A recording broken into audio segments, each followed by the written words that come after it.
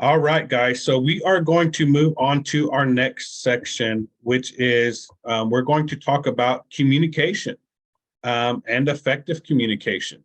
You know, this is something, like I said, I continue to work on. For so many years, I did not communicate effectively, which meant a lot of my needs weren't met.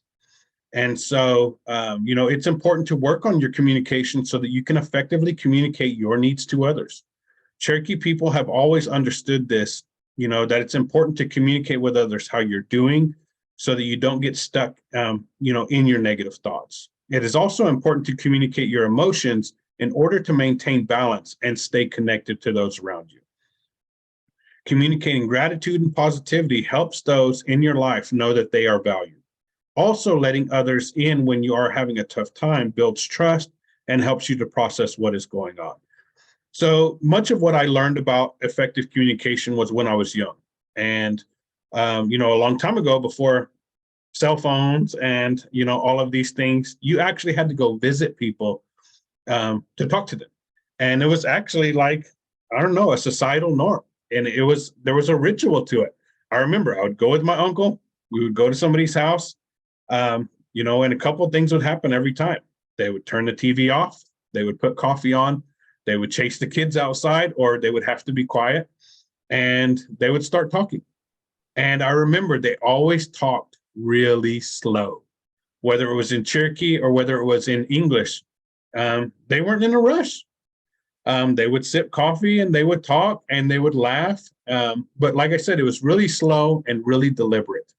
They weren't talking like Dr. Barnes and I are talking now, trying to get through all of this material in a short amount of time. And I just remember they never interrupted each other. And when one person would stop talking, they would pause. And then the other person would start talking. So that gave that person time to kind of wrap up their thoughts. And like I said, nobody ever talked over each other.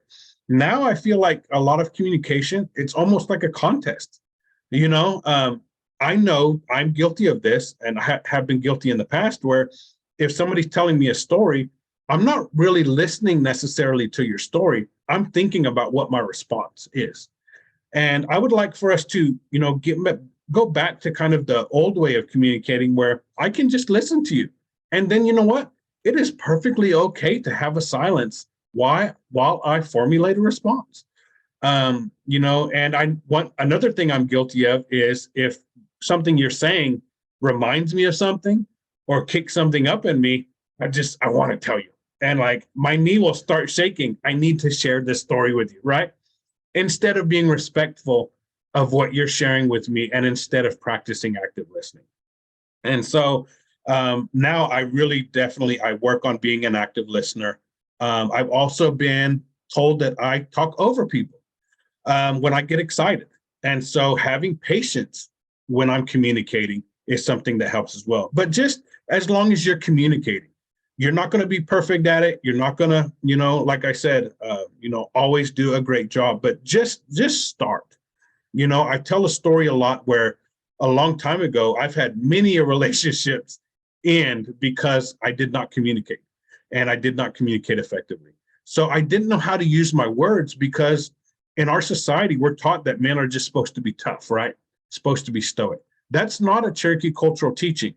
Actually, we really believed in talk therapy a long time ago, and we really understood how important it was to communicate our thoughts and emotions.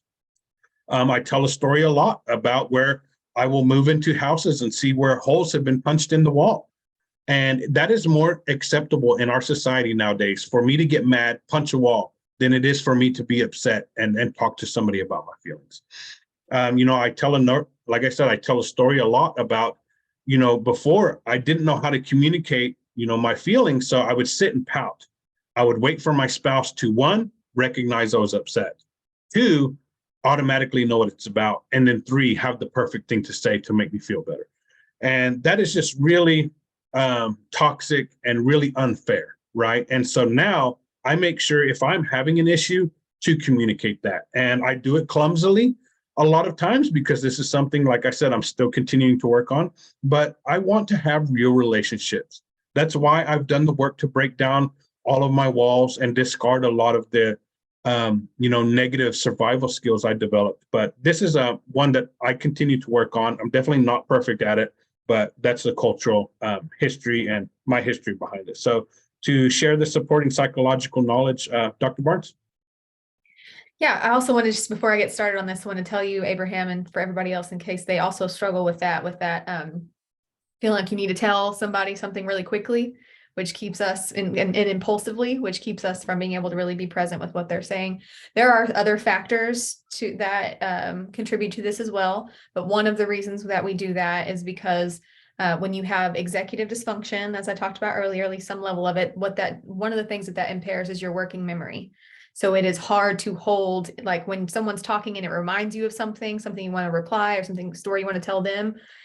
We kind of unconsciously know that if we don't say it now, we're going to forget. And then you just want to tell you now before I forget, because once you stop talking on that, my thought may be completely gone from my head. And I really want to make sure that I say it to you. So I'm just going to say it now. So if we can, the more that we improve, the more that we slow down our mind and work on improving our executive functioning, which can be done through a lot of the things we talk about in this program, the more we'll be able to know that whatever we need to say to that person will come back to us whenever they're done speaking, and we can just listen to them and wait. And then, like you said, take a pause. Allow that stuff to come. What's important will come back to you when it needs to come back. If it's not, you probably didn't need to say it. So I struggle with that. A lot of people that have ADHD struggle. It's one of the criteria, actually. Okay, so communication. So humans by nature are social beings, even introverts. And as we discussed in the wellness section, our social and our relational health is a crucial part of our overall well-being. So that makes it necessary for us to learn how to communicate effectively with others in our community. So I'm sure as children, we've all heard the term sticks and stones may break my bones, but words can never hurt me. And I think we now realize that that was simply not true at all. I'm a massive Harry Potter fanatic. It's one of my autistic special interests. And one of my favorite quote from Dumbledore, who's, for those of you who are unfamiliar, he's the headmaster at the school. It's that words are, no, I'm going to do it in a British accent just for your entertainment. Words are, in my not so humble opinion, our most inexhaustible source of magic, capable of both inflicting injury and riveting it. You're welcome for that terrible Oklahoma British accent. That is a great Oklahoma British accent. Thank you. Practiced a lot. So our words can make others feel very loved and cared for, or rejected and disrespected. So this means that we need to be very careful and mindful of our words, because they can have a lasting impact on others and on ourselves as well, for better or worse. So what Dumbledore's saying there is correct, right? So that's actually, I've heard some people say this, so I just think it's just really cool synchronicity that, it's called spelling for a reason, right? Our words can be like a spell. So if we're saying negative words to ourselves, it's like casting a negative spell on yourself or on others, right? It's a curse, right? That's actually why saying certain words and certain phrases is called cursing, because you're cursing yourself for other people, right? So being very aware of your words and the impact that they have on yourself and other people is very important. So unfortunately, most humans are pretty bad at being careful with our words, especially when we are very emotionally activated. Poor communication is one of the main problems in relationships, and it leads to a lot of conflict and stress. It's actually a major reason why a lot of people end up in marriage and family therapy. And it turns out that others, even your spouse, cannot read your mind. So like what Abraham was talking about with what he was expecting from his spouse, that's called mind reading, or the expectation of mind reading. We haven't quite figured out telepathy yet, at least not in our current civilization. So that means we need to be able to effectively ask others for help and to get our needs met, and to be able to interact with others in a way that prevents conflict and misunderstanding.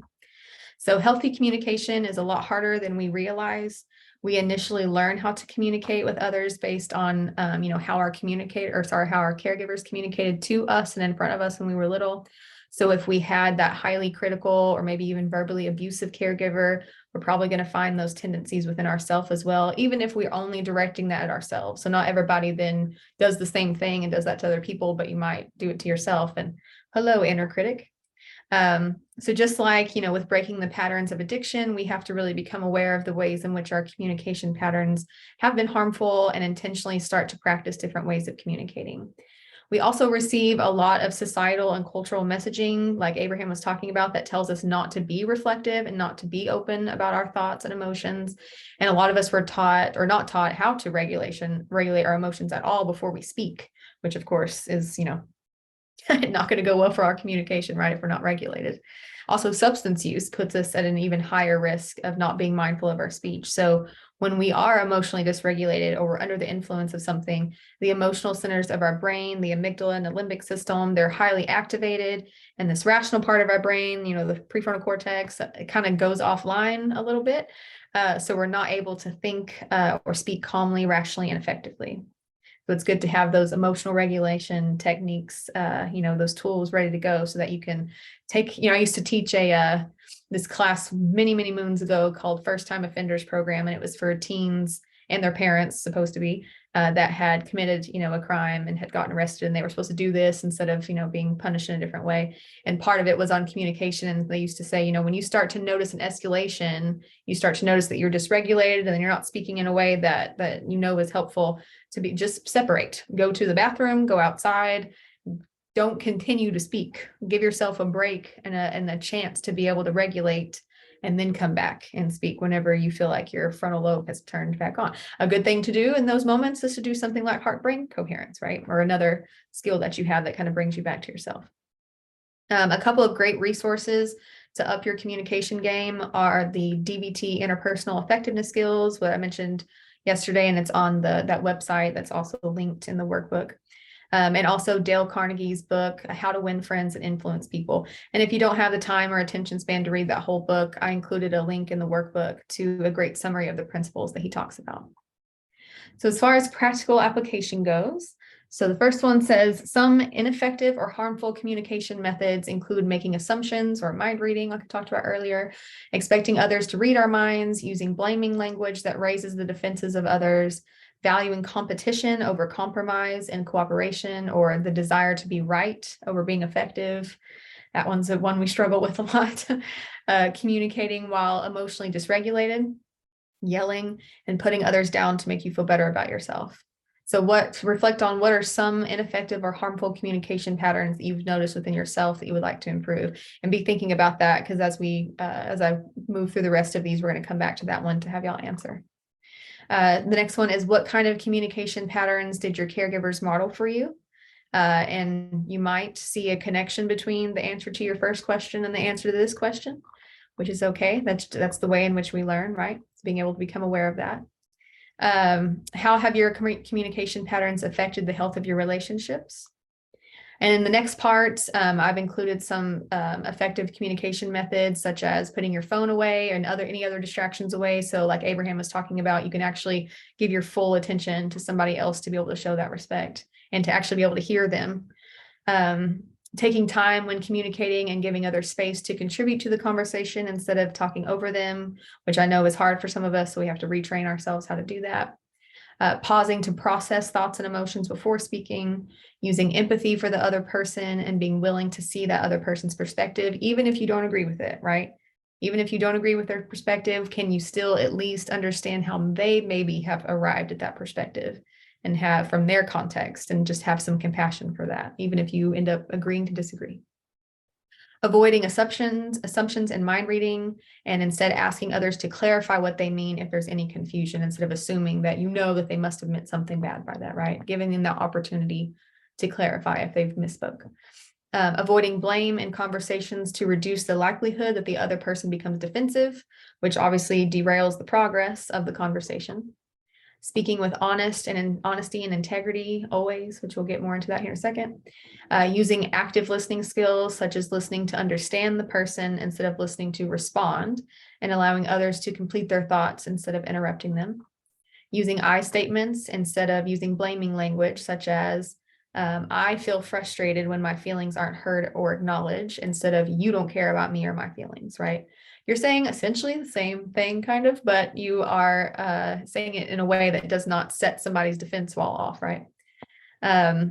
speaking to others how they want to be spoken to, and using your words to uplift others. And one way that we can help ourselves do this is to, I'm sure y'all have seen this in classrooms before and whatnot, but this acronym of think before you speak, which is making sure that before you speak that what you're saying is true, it's helpful, it's inspiring, it's necessary, and it's kind, instead of just saying whatever without thinking it through and seeing how it would affect other people.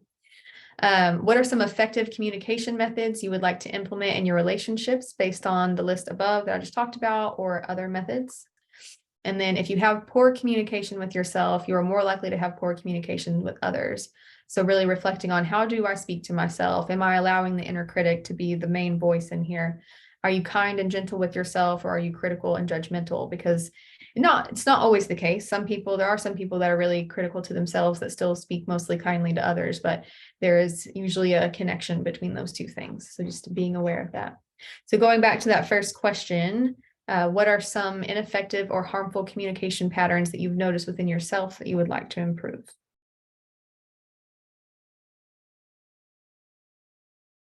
All right, couldn't find a mute button. There we go. Thank you so much, Dr. Barnes. Yes. So what are some ineffective, harmful communication patterns you have noticed within yourself that you would like to improve?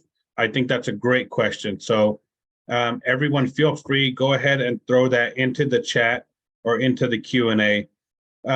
Jim had commented before that he is prone to talking over and interrupting if we are talking about something I'm passionate about. I have to be really mindful. Somewhere in the AA book, it says pause when agitated or doubtful. Yes, that is definitely great advice. Yes, you guys, go ahead and throw this, put your answers into the chat, into the Q&A. So I will go first. What are some ineffective, harmful communication patterns I have noticed within myself? So one is making assumptions. So I am not trying to be stereotypical about Native American women, but a lot of times their face will not match the words that are coming out of their mouths. And so sometimes I will read your face, and I've been guilty of this in the past, and I automatically assume what you're saying is negative, and then I will internalize that a lot of times. I used to a lot more because of my self-esteem, right? Or issues I had. It's something about me. You're mad about me or angry at me or anything like that. And so I will definitely, but that is another communication tool we have to be mindful of, right? Is if your words are saying one thing and your face or body language is saying something else, right? Then, that your message may not be received. So I will make assumptions, based off of those, but they are rarely correct. And so, and the other thing I have to do is be mindful of my trauma and how that informs how I hear things, right? I tell a story a lot where, my spouse and I, the first day we moved in together, I moved out because we got into an argument over my dogs. So I had previous issues. My ex-spouse didn't like my dogs, didn't really care for them.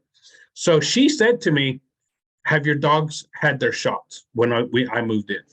I took it as, oh my God, these dirty dogs. I can't believe I have to have them in my house. I bet they don't even have their shots. And all she meant was, hey, I know you're on your lunch break. You don't have a lot of time. If they don't have their shots, I can go ahead and help out with that. So do you see how that, just that one simple statement, totally, I took it a totally different way because of my past experience, my past relationship, and my previous trauma. So that's mine. Dr. Barnes, would you like to share your experience with that? Yeah, I would say one of the main things I continue trying to work on with communication is like somebody was saying in the chat, when I get, especially on a topic I'm very passionate about, I talk very quickly and I say a lot. I will write you a verbal dissertation about a topic, and I forget that the other person doesn't care about this as much as I do, and also has stopped processing what I was saying a long time ago and is overwhelmed. And then I have to be like, hold on a second. Can I maybe just give a little overview and then but it's also good though for those of us that are really, I will say, are really passionate about certain subjects. It is also can be lonely and sad when we don't have anybody that can hold that space for us, right? So being able to find people and ask their permission, like, can I, perseverate on this for a little bit and go for make sure that they're okay with it. But instead of just like assuming that this person can keep up with you and cares, what about what you're talking about and just giving it to them, right? Because that can be really overwhelming for people.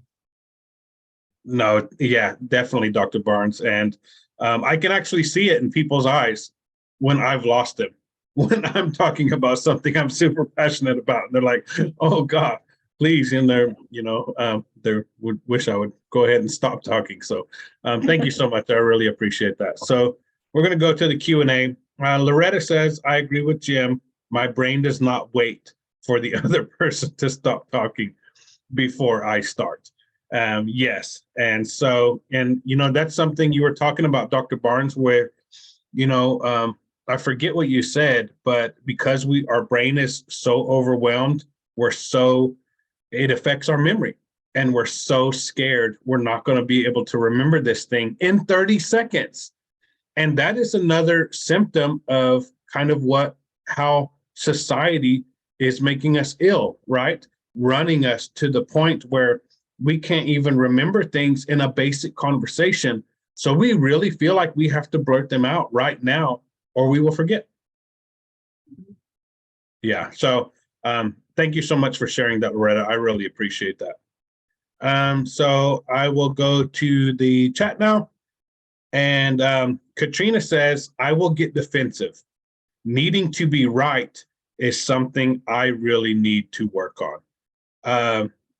I definitely hear you, on that one. This is something, my ego in communicating is something that has got me into trouble before because, even over things I'm passionate about or something, right? How dare they, And so I just feel like I have to prove this guy wrong. But you're exactly right. The point you made, Dr. Barnes, do I want to be heard? Do I want to be right? Or do I want to be effective? And sometimes it's just enough for me just to be heard, right? But really what my goal is to be effective. And so if I want to be effective, I really have to be mindful how I'm communicating and how much my ego, right, is driving that. So thank you so much. I really appreciate that. So Sue says, I forget my husband isn't an empath and doesn't know what I'm thinking and feeling. So with Katrina's comment about being defensive and Sue's comment about her husband can't read her mind. Do you have any thoughts about those two, kind of to help them out, maybe, Dr. Barnes? Yeah, as far as the tendency to get defensive and being right, Abraham touched on this a second ago, but I think, a lot of that comes from, our ego really, really wants to feel validated, right? It wants to feel like what we believe, our perspective, our experiences is valid, and we often think that we need other people to agree with us or other people to accept our rightness in order for us to feel validated. So I think there's a couple of things that come for me there is one, being able to validate yourself, that your own experience, that often actually wanting other people to validate us too much and needing them to agree with us usually comes from our inability to do that for ourselves. Because because we've had a long lifetime of being chronically invalidated by people around us, right? So we've found it hard to validate our own experiences and our own opinions. So being able to do that for yourself and not needing that other person to agree with you in order for you to feel validated and that your experiences, your perspective is valid. And at the same time, knowing that your experiences and your opinion, or I should say your opinion, your beliefs, all that stuff is based in your experience. And so therefore you're going to have come to a different conclusion than somebody who has had a different set of experience and knowledge, right? They're going to come to another conclusion. And those two things do not have to align with each other, right? But being able to listen to what the other person's saying, validate your own self and go, is there anything from their perspective that might be helpful for me to take in as well, instead of feeling like I have to be totally right and them totally wrong, right? We can both be adding things to a subject based on our own perspectives. And then as far as being an empath and knowing that people around you are not empaths, right? That happens a lot, especially in relationships. So again, it goes back to that mind reading stuff of being able to step back and go, okay, I have this ability to be able to be more in tune with the mental and emotional space of other people. Not everybody has that. So how can I first validate my own self? How can I become aware of what I'm thinking, what I'm feeling? Can I do my own work first of being able to understand that and give myself validation and sit with myself on that? And then once I'm regulated more, be able to go communicate that to somebody who's important to me instead of trying to, get them to do that validation for you, which means that they have to just know what's going on before you tell them, which isn't possible for a lot of people. Mhm. Yeah. And then the last one, Heather says her tone of voice is something, yeah, that can definitely, you mentioned before, Dr. Barnes, kind of, put people's defense, you put people on the defense, right? A lot of these things. So when it comes to tone of voice and all of these things, is this something you have had issues with in the past, or you continue to work on yourself, Dr. Barnes? Absolutely. I mean, that's one of the hallmarks of autism, right? Is not always communicating things in a way that are received by other people in the same way that you meant them. And a lot of that is our tone of voice. So it took me I can sometimes, like, my natural self is very blunt, and can just say things very matter of factly. And maybe that comes off as rude or a little bit more forceful to people that want it to be delivered a little softer. And so sometimes I'm able to modulate that. Like over time, I was able to figure out other people don't like it or misunderstand me whenever I say it in that way. So maybe I can try to say it in a little bit of a softer way.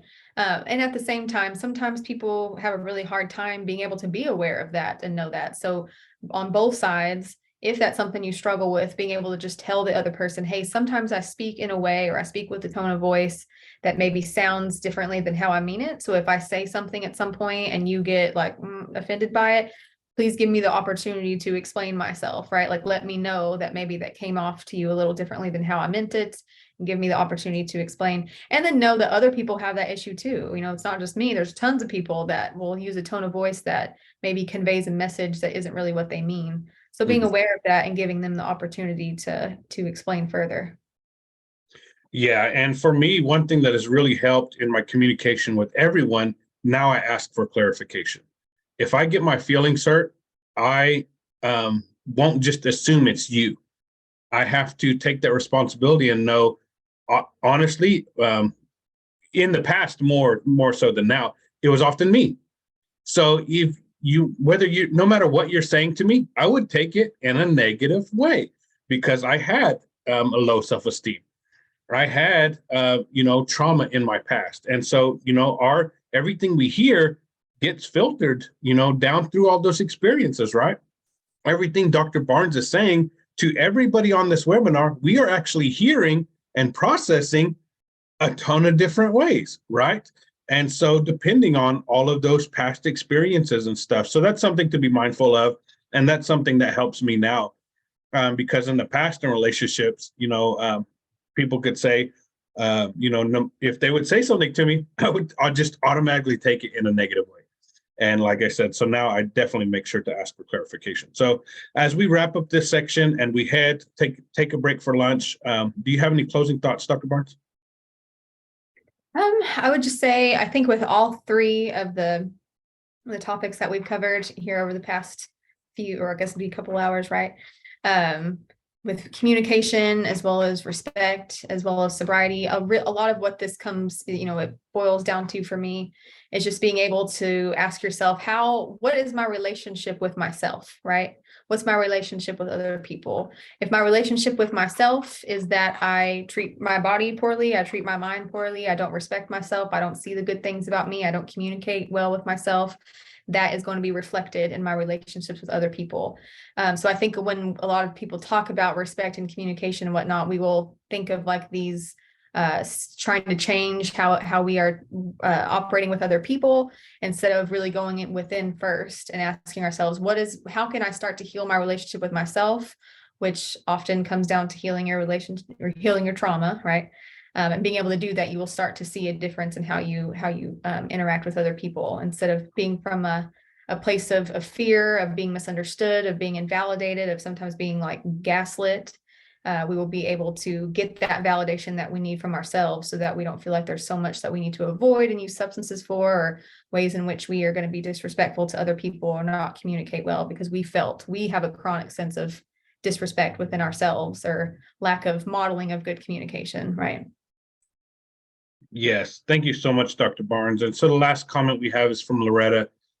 She said her biggest communication pattern never kept going in her life was to let anyone around her call someone stupid. I told my kids to call someone stupid was a bad word. They could say you're acting stupid, but never you are stupid. And that's what we talked about before, was using our words to uplift others, right? So that's a great example of that. And then the last thing I forgot to mention was, in Native communities, we have a big problem with gossip. And so that is one, I definitely want to address. So I would like for each of us to be the place where gossip goes to die. It really can throw our houses, our relationships, our communities, our places of work out of balance. And so I've been guilty of that in the past, because, I wanted to be in on the gossip instead of being the one they were gossiping about, right? But that's something that definitely continues to plague our Native community. So, now if I hear gossip, it stops with me. I don't perpetuate it. If somebody's gossiping in my presence, I will let them know that I'm uncomfortable. But if you're not comfortable with that direct conflict, right, you can just change the subject or say something nice about that person, right? And that can kind of, deflect that way. But I would like for that's another thing I would like for us to address in our communication, was that, we're not perpetuating that. And Jim said, yes, gossip and lateral violence are a plague. And he will actually get up and walk away when he hears gossip. So, definitely now, if I hear so-and-so is doing such and such, I'll pray for them instead of being judgmental. And so that's actually a warning sign for me. So now if I am being judgmental, I will know, that's how I know I'm out of balance.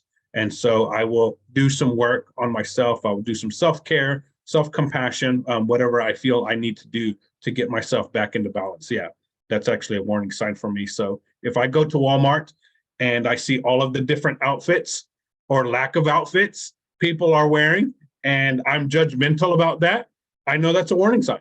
But if I go to Walmart and I see all of these things, and I'm like, hey, you know what? Bold move on your part. That's awesome. You rock that outfit. You rock that hairstyle. And I'm supportive. Then I know that I'm in balance, right? I'm being supportive. I love everybody. But yeah, gossip and being judgmental, those two are definitely warning signs for me. So just to wrap us up and get us out of here, Dr. Barnes, is gossip something that you have had to address in your relationships or in your work relationships? Yeah, the community I grew up in, which I won't get into too much in the specifics of what that is. It was kind of cult-like, and like they taught against gossip, but we're probably some of the most gossiping people I've ever known. I think sometimes I've noticed being in small areas, there's not a whole lot to do. There's not a lot to entertain yourself with. And sometimes gossip becomes the form of entertainment. Mhm. And so people get like really excited when they hear some new information about somebody, because then that means, all right, we're starting the phone tree. We're going to start calling people, be, hey, did you hear, blah, blah, blah. It gives you like a reason to communicate. So we've got to be mindful of that and find other reasons to connect with people and not just over gossip. Awesome. Thank you guys so much. I really appreciate you joining us for this segment on communication. I appreciate it, guys.